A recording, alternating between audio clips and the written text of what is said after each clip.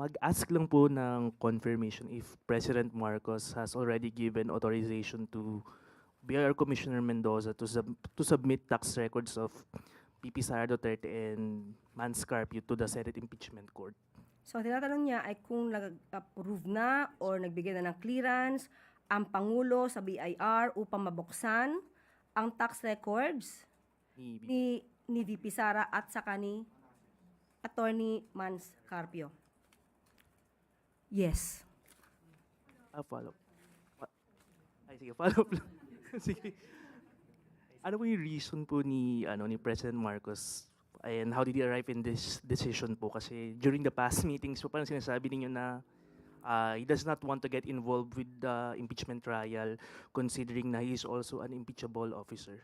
Yes, but yung huli po nating sinabi, kung ano ang sinasabi ng batas, kung ano ang proseso, susunod po ang Pangulo.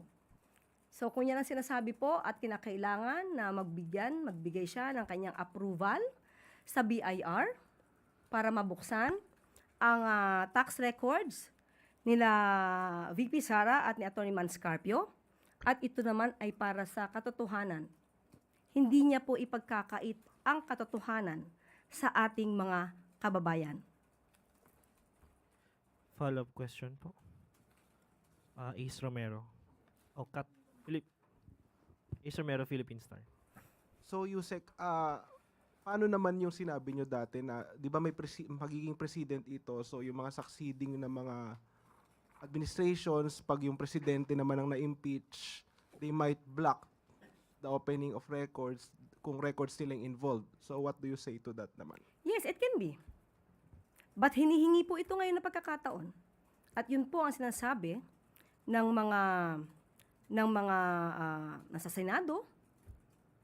Yan po ang hiniling. Kahit na po si Senator Lacson, yan din po ang ating nadinig.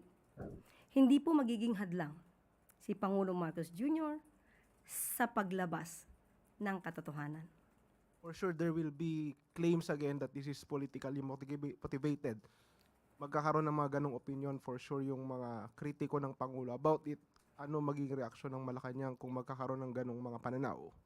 Sa lahat naman ng pagkakataon, kapag ang Pangulo ay gumagawa ng naaayon sa batas pero merong tinatamaan, laging sasabihin nila, politically motivated.